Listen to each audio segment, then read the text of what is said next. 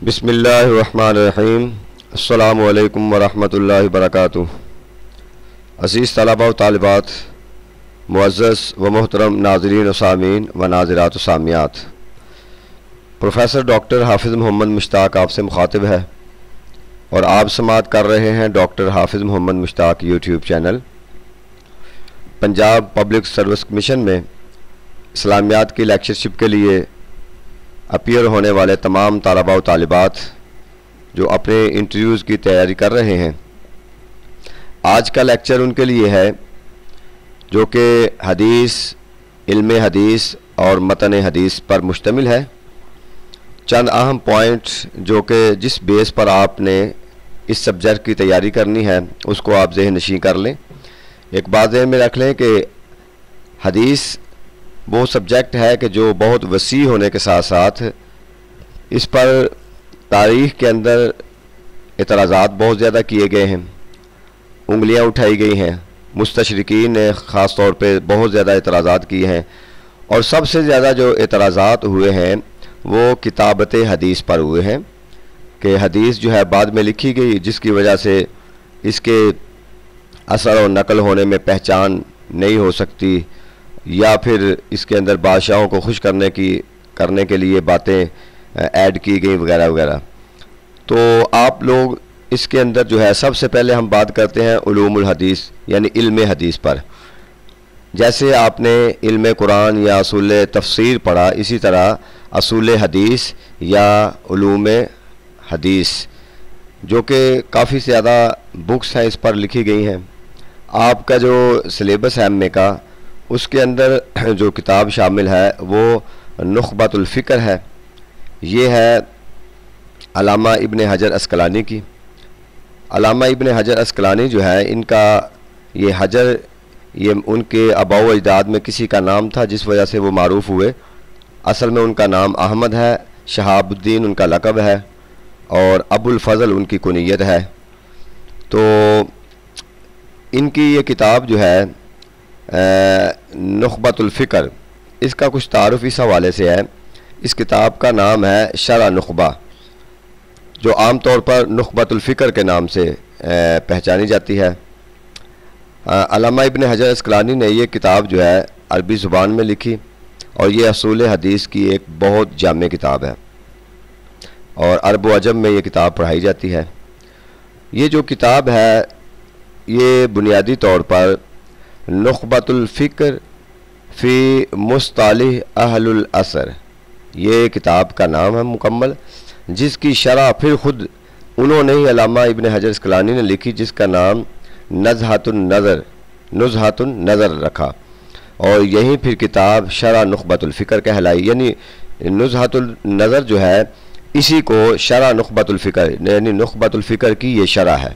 ठीक है, अब आप ये ज़हन में रख लें कि यह आपसे पूछा जा सकता है कि इसका असल नाम क्या है या कि इस किताब का थोड़ा सा जो पस मंज़र है उस हवाले से ये तारुफ़ जो है ना, इंतहाई इख्तिसार से मैंने किताब का तारुफ़ करवाया। इसी तरह मुस्तलाहुल हदीस डॉक्टर महमूद ताहान की किताब है, मुहाज़रात हदीस है, असूल हदीस है, उलूमुल हदीस है। तो इस पर बहुत सारी किताबें अरबी ज़ुबान में, उर्दू ज़ुबान में लिखी गई हैं और फिर असूल जो मुतय्यन किए हैं आइम्मा मुहद्दिसीन ने, उन पर जो है ना वो किताबें लिखी गई। इसके बाद आपने इसके अंदर जो है इस्तिलाहात जो हैं उनको आपने ज़हन नशीं करना है। लेकिन इस्तिलाहात की जो है जैसे मशहूर, अज़ीज़, गरीब और इस तरह ये बाकी जितनी भी हदीस की अक़साम हैं, अभी उनकी डेफिनेशन भी आपसे सुन सकते हैं, लेकिन उसके बजाय आपसे कंपैरिजन करेंगे, हुक्म के बारे में पूछेंगे कि आप बताएं कि ज़ईफ़ हदीस का हुक्म क्या है। जब हदीस ही ज़ईफ़ है तो आप इस पर ज़हन नशीं रखें कि ज़ईफ़ हदीस जो होती है आइम्मा के नज़दीक और तकरीबन तमाम मसालिक के आइम्मा के नज़दीक ज़ईफ़ हदीस जो है वो अकायद पर उस पर नहीं अमल किया जा सकता, अहकामात पर, लेकिन फ़ज़ाइल और शमाइल बयान करने के हवाले से उस पर अमल किया जा सकता है। उसको हुज्जियत के तौर पर माना जा सकता है जी, लेकिन वही ज़ईफ़ हदीस आपने पढ़ा हुआ है कि ज़ईफ़ हदीस जब मुख्तलिफ़ तुरुक से आती है तो फिर वो हसन लिगैरिही का दर्जा इख्तियार कर जाती है।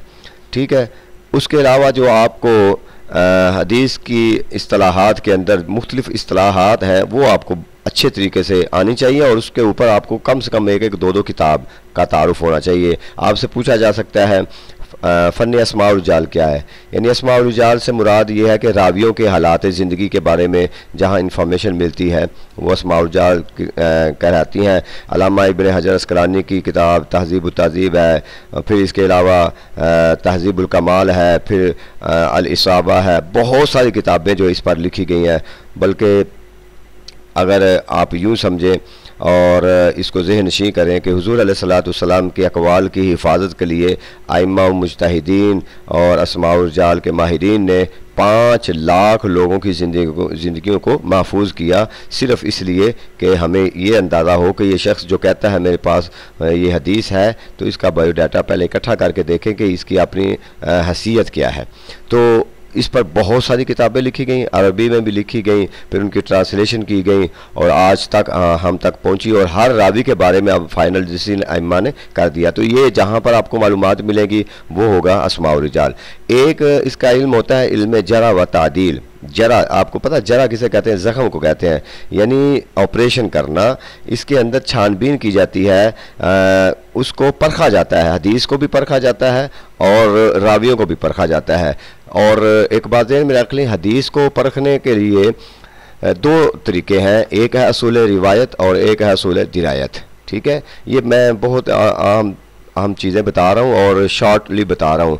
तो मैंने सारा आपको कहा हुआ है बच्चों की बार बार इसरार पर कि इंशाल्लाह जो लोग इंटरव्यू के लिए क्वालिफाई करेंगे, अगर उन्होंने चाहा और ऑनलाइन क्लासेस वो लेने लगे तो फिर उस पर एक एक पोर्शन पर इंशाल्लाह हम ना डिटेल में बात करेंगे। तो इस पर ज़हन में रख लें कि एक असूल रिवायत होता है, एक असूल दिरायत होता है। हदीस की परख के लिए दोनों का होना ज़रूरी है। असूल रिवायत में हम रावियों के हालात को देखते हैं, रावी सिका है, रावी औसक है, रावी ज़ईफ़ है, रावी आदिल है, रावी शाज है, यानी ये सारे मामलात जो है हम देखते हैं इस रावी के बारे में।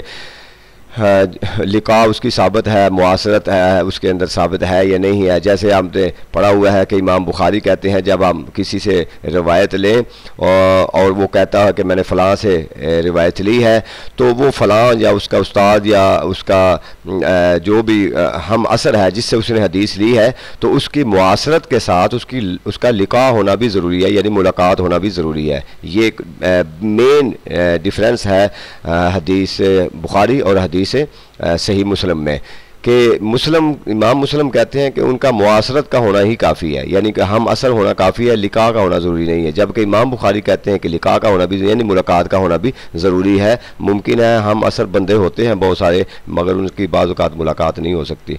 तो ये जो है ये चीज़ें परखने के लिए इसको हुसूल रिवायत कहते हैं। रावी एक चेन को कहते हैं, सिलसिलातुज़्ज़िहाब, जैसे एक रावी से दूसरी से तीसरी। तो ये डिटेल मेरे ख्याल में आप लोग जब एमए कर लिया फिर आपने इसकी तैयारी कर ली, ये सारी चीज़ें आप जानते हैं। और एक चीज़ और इसके अंदर जो ज़रूरी होती है वो उसूल दिरायत होती है कि हदीस जो है जो आप बयान कर रहे हैं उसके रावी तो सारे ठीक हैं, सिका हैं, या उनमें चेंज पाई जाती है, दरमियान में इनकिता नहीं है, या कोई हदीस कोई रावी जो है वो साकित नहीं है।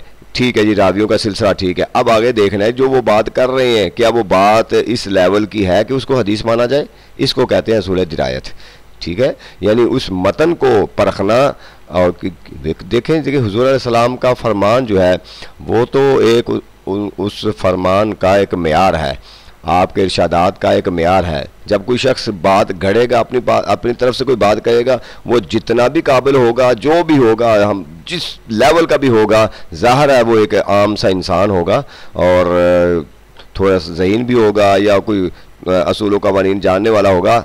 लेकिन आका अलैहिस्सलाम का फरमान जो है वो इंसानी अकल से वरा है, यानी कि आम इंसानों की पहुँच से बहुत बालातर है। इसलिए उस कौल को, उस मतन को जो परखने का तरीका है उसको उसूल दिरायत कहते हैं। इस पर भी परखा जाएगा क्योंकि वो देखा जाएगा कि ये फरमान आका अलैहिस्सलाम का हो सकता है या नहीं हो सकता। ठीक है, और उसके अलावा फिर अब बाकी जितने भी इसके अंदर नासिख व मनसूख के हवाले से है, मुख्तलिफुल हदीस के हवाले से है, मुश्किलुल हदीस के हवाले से। मैं सिर्फ टॉपिक्स के नाम बता रहा हूँ आपको, ठीक है। आपने ये नहीं सिर्फ हदीस की अक़साम याद कर ली, मशहूर, अजीज़, गरीब, मतवातर और आगे सही, हसन सही लिगैरिही, सही लिज़ातिही, सही लिगैरिही, हसन लिज़ातिही, हसन लिगैरिही, ये कर लिया। उसके बाद मकबूल कर लिया, मकतू कर लिया, मौकूफ़ कर लिया। फिर ये चंद लो जी मेरी मुकम्मल तैयारी हो गई। ये अक़साम है, ये ज़्यादातर पेपर में आते हैं, बाकी इंटरव्यू में इनमें से इतना ज़्यादा नहीं पूछते हैं। हाँ, ये पूछ सकते हैं कि मौजू हदीस किसे कहते हैं, या जब आप है ही चीज़ मौजू है तो हम उसको हदीस कैसे क्यों कह रहे हैं, ठीक है। और उसके क्या पहचान का तरीका क्या है, ठीक है। मौजू हदीस की पहचान हम कैसे कर सकते हैं। जैसे लोगों ने बहुत सारी हदीसें गढ़ना शुरू हो गई। हाँ, हदीस कब से गढ़नी शुरू हुई, ये तारीख़ी हवाले से बहुत सवाल आएंगे, ये ज़हन में रख लें। हदीस कहाँ से गढ़ना शुरू हुई है, आगाज़ कहाँ से हुआ। जब तो एक अमूमी सी बात बता रहा हूँ, जब हज़रत अली रज़ियल्लाहु तआला अन्हु के दौर में मुख्तलिफ़ फ़िरक़े नमूदार हुए, जिनमें ख़वारिज थे, जिनमें और बहुत सारे लोग, तो उन्होंने फिर अपने आप को सच्चा साबित करने के लिए और दूसरों से बरतर, बालातर और बरतर साबित करने के लिए उन्होंने अपने मकासद के लिए हदीसें गढ़ना शुरू कर दी, ठीक है। उसके लिए फिर जांच परख शुरू हो गई और बहुत सारे उलूम जो थे वो मार से वजूद में आए।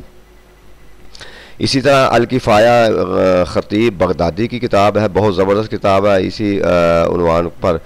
और फिर और इसके अंदर जो चीज़ें हैं, फिर सहाबा इकराम का जो किरदार है, और उस सहाबा इकराम ने हदीस की हवाले से, इसकी हिफाजत के हवाले से आपसे ये पूछा जा सकता है, बड़ा कॉमन सा भी सवाल है और मुश्किल भी, कि हदीस जो कुरान था वो तो हुज़ूर सलाम ने फरमाया कि इसको लिखा करो, और कातिबी ने वही उसको लिख लेते हैं। हदीस की हिफाजत फिर कैसे हम करेंगे, या फिर हम तक पहुंची, या उसका क्या तरीक़ाकार था।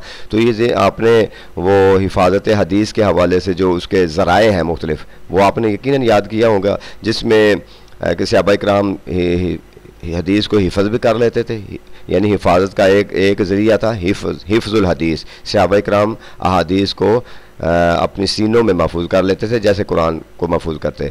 और दूसरा तरीका था तामुल हदीस, यानी हदीस पर अमल करते। सहाबा इकराम हुज़ूर सल्लल्लाहु अलैहि वसल्लम जो कुछ फरमा देते थे ना, आज नमाज हम पढ़ते हैं, इसकी कितनी रखते हैं, कैसे नमाज पढ़नी है, रुकू सजदा वगैरह सारा कुछ जो तरीक़ाकार है। कितने हम में से लोग हैं जो कि वो और बच्चे और बड़े और फिर बहुत सारे लोग जो पढ़े लिखे भी नहीं है लेकिन नमाज से ही पढ़ते हैं, उन्होंने कहीं से पढ़ा नहीं है। कितने किताबों को पढ़कर नमाज सीखते हैं, बहुत कम।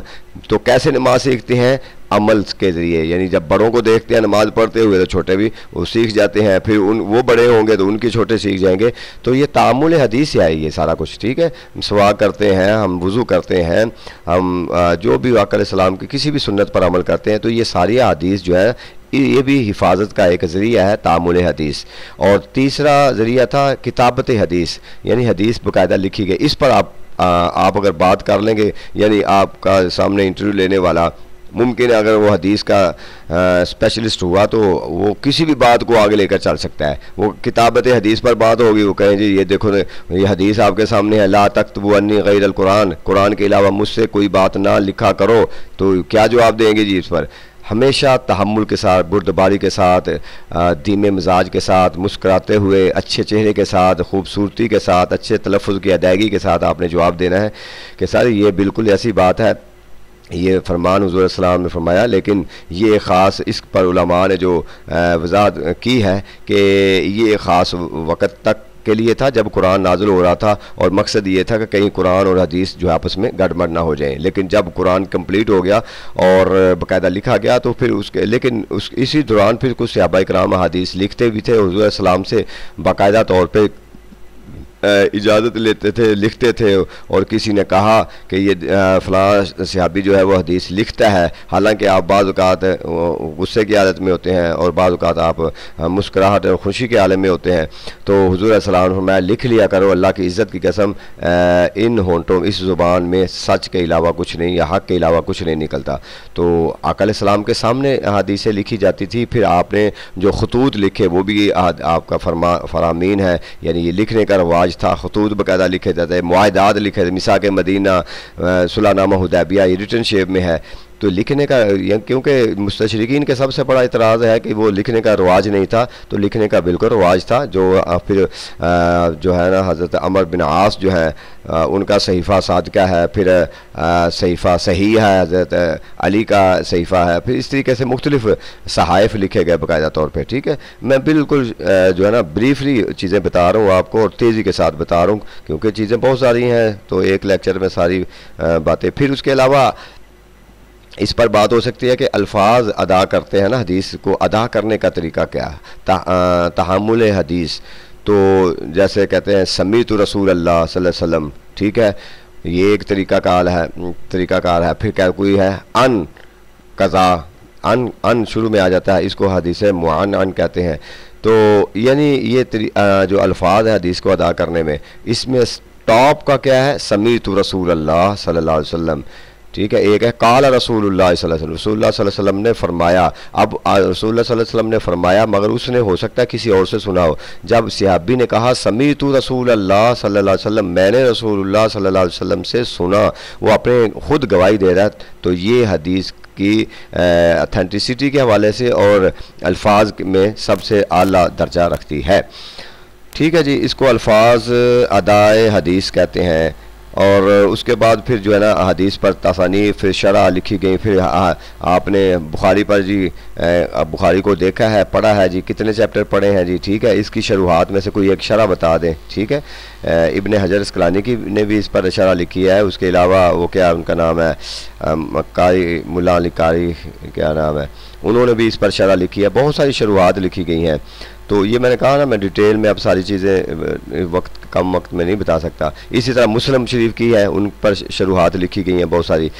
ठीक है, और ये तो हो गया इनका एक अमूमी सा मामला।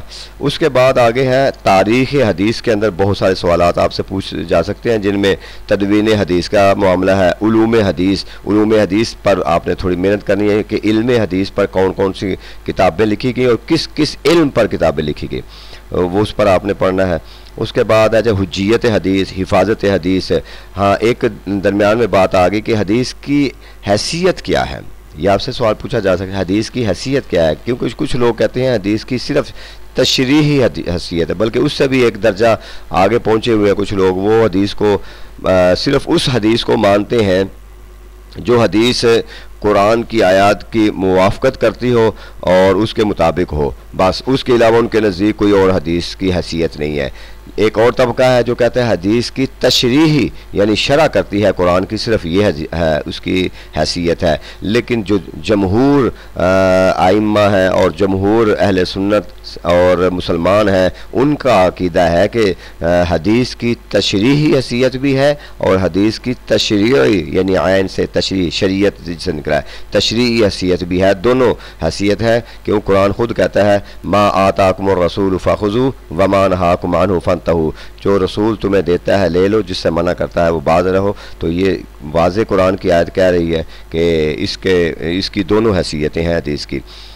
उसके बाद जो है फिर हिफाजत हदीस पर आपने मवाद इकट्ठा करना है। और सहाबा कराम के हवाले से तो आपने पढ़ा हुआ है किस सहाबी की सबसे ज़्यादा रिवायात हैं, और उसके बाद दूसरे की, और उसके बाद ये इस हवाले से। हाँ, इस पर जो है थोड़ा सा आपको मज़ीद मेहनत करनी है, वो है मुस्तशरिकीन के इतराज़ात हदीस पर। ठीक है, आपको कहा जा सकता किसी एक मुस्तशरिक या दो मुस्तशरिक के नाम बता दें उन्होंने क्या इतराज़ किए हैं, और या आपके सामने इतराज़ रखा जाता है, आप उनको सॉल्व करेंगे, उनको बताएंगे। तो इस पर आपने ज़हन में रखना है। फिर बर्र सगीर के अंदर जो इल्म हदीस पर काम हुआ है, बहुत ज़बरदस्त काम हुआ है। इसमें बड़े टॉप के मुहद्दिसीन गुज़रे हैं, शाह वलीउल्लाह जैसे यहाँ पर लोग आए हैं, अनवर शाह कश्मीरी जैसे लोग आए हैं, फिर उसके अलावा मुजद्दिद अल-फ़सानी जैसे लोग आए हैं, और बहुत सारे लोग हैं। तो आपको कुछ जो है मुहद्दिसीन के बारे में पता होना चाहिए जो टॉप के हैं, जिन्होंने मतलब कि बड़ा अहम काम किया है। तो उनके बारे में आप थोड़ा सा उनकी किताबों के हवाले से कि ये इनका ताल्लुक़ बर्रसगीर से है, ठीक है, उनका नाम वगैरह आना चाहिए। फिर एक और ग्रोह है जिनको मुनकरीन हदीस कहते हैं, यानी वो एक तो है ना मुस्तशरिकीन तो सीधे से मुसलमान ही नहीं है ना, लेकिन ये लोग जो है कलमा भी पढ़ते हैं लेकिन हदीस का इनकार करते हैं। तो क्या हदीस का इनकार करने से बंदा का जो शरीयत है वो कंप्लीट हो जाती है? इस पर आपको दलील देनी होगी कि हदीस के बगैर जो है वो आपको कुरान की समझ नहीं आ सकती। सहाबा इकराम का तरीका यही था, और कुरान ख़ुद हदीस की तरफ बेहता है कि आपको वांज़लना इलैका ज़िक्रा लितुबय्यिना लिन्नास, कुरान कहता है कि नबी सल्लल्लाहु अलैहि वसल्लम हमने आपकी तरफ ये कुरान इसलिए उतारा है आप लोगों के लिए इसकी वजाहत करें। तो जो वजाहत होगी वो हदीस कहते हैं उसको। ठीक है जी, इस पर इंशाल्लाह फिर मौका मिला तो डिटेल में बात करेंगे। अब आ जाए थोड़ा मतन के हवाले से। जो है ना, मैंने कहा मुख्तलिफ यूनिवर्सिटियों में मतन मुख्तलिफ हैं। ये पंजाब यूनिवर्सिटी का सिलेबस जो है उसके मुताबिक जो है मोहम्मद फवाद अब्दुल बाकी उनकी किताब है अल-लुअलु वल मरजान। ठीक है, ये अल-लुअलु वल मरजान वैसे पूछा जा सकता है ये क्या है जी। आप कहेंगे जी ये तो पता नहीं सूरत रहमान में ये लफ्ज़ है मरजान का, तो इस तरह अल-लुअलु वल मरजान फ़ी मा इत्तफ़क़ा अलैहि शेखान। ठीक है, ये इसका पूरा नाम है कि ऐसी किताब जिस पर दोनों शेख, हदीस के अंदर शेखैन कौन है? बुखारी और इमाम मुस्लिम, वो दोनों जिस हदीस पर मुत्तफ़िक होते हैं वो इसमें हदीस में शामिल किया जाता है। ये जो इमाम बुखारी और इमाम मुस्लिम कि मुत्तफ़क़ अलैह हदीस है वो अल-लुअलु वल मरजान में शामिल की। इसकी 2 जिल्दें हैं और इसके अंदर जो आपके 7 चैप्टर शामिल हैं आपके सिलेबस के अंदर, जिनमें किताबुल ईमान है, किताबुल जिहाद है, किताबुल अम्मारा है, किताबुल बियू है, किताबुल बिर्र वस्सिला और किताबुल ज़िक्र वद्दुआ और किताबुल ज़ुहद। ठीक है, तलफ़्फ़ुज़ बहुत अच्छे तरीके से बोलना है। तो ये है जी बच्चों इनका मतन। और मतन के हवाले से आपको मुमकिन है कोई कह दे कि जी चलें आप जिहाद पे लेक्चर दें, आप मस्जिद की अहमियत पर लेक्चर दें। एक बात में रख लें, लेक्चर्स आपको टॉपिक देकर भी कहा जा सकता है, बगैर टॉपिक आपकी मर्ज़ी के मुताबिक टॉपिक आप ख़ुद ले लें। तो कोशिश करें तमाम बच्चे 1-2 टॉपिक जो है वो ज़हन नशीं करके जाएं कि अगर मुझे बोलना पड़े तो मैं 2 मिनट या 3 मिनट, ज़्यादा नहीं, तमीज़ बांधे टाइम गुजर जाए। आप डायरेक्ट शुरू कर दें। जैसे मैं आपको अजीज़ बच्चों, ये आज मेरा टॉपिक है, वो आपके सामने जो इंटरव्यू लेने वाले हैं वो आपके बच्चे बन जाएंगे और आप टीचर बन जाएंगे। तो आपने एतमाद के साथ बोलना है। 2 मिनट वही बोल चाल बात वही होती है, अल्फाज वही होते हैं। एक बच्चा बड़े एतमाद के साथ, तहम्मुल के साथ और खुश उसलूबी के साथ बात समझा देता है जिससे वो मुतासर हो जाते हैं। आपने एक जहन में रखनी है चीज़, वो 4 लोग जो बैठे होंगे आपके सामने, जिनमें एक चेयरमैन होगा और बाकी आपके सब्जेक्ट से रिलेटेड लोग होंगे, आपने उनको मुतमईन करना है। मुतमईन सवालों के जवाबात से करना है और दलाइल के साथ, एतमाद के साथ, अपनी शख्सियत के साथ, अपनी पर्सनैलिटी के इजहार के साथ उनको अपने एतमाद में लेना है कि ये बच्चा जो है हम इसको सिलेक्ट करेंगे तो आगे इसने चूँकि प्रोफेसर बनना है और प्रोफेसर में जब आपकी आगे प्रमोशन होती रहती हैं तो अहम ओहदे मिलते हैं, तो इसलिए उसको आपने कैसे डील करना है। तो ये बहुत सारी चीज़ें जो आपसे आपकी पर्सनैलिटी से रिलेटेड होंगी, इस पर इंशाल्लाह हम बात करेंगे जब आपका वक्त करीब आएगा। यानी वक्त करीब का मतलब है जब इंटरव्यू का वक्त करीब आएगा, तो कहीं और वक्त ना समझ लेना, अल्लाह ना करे। तो ये इंशाल्लाह जो है आप इसको देखें, मज़ीद इंशाल्लाह ये सिलसिला जारी रहेगा। दुआओं में याद रखें और अल्लाह ताला आपको कामयाबी से हमकिनार करें। मेरी दुआएँ आपके साथ हैं। शुक्रिया।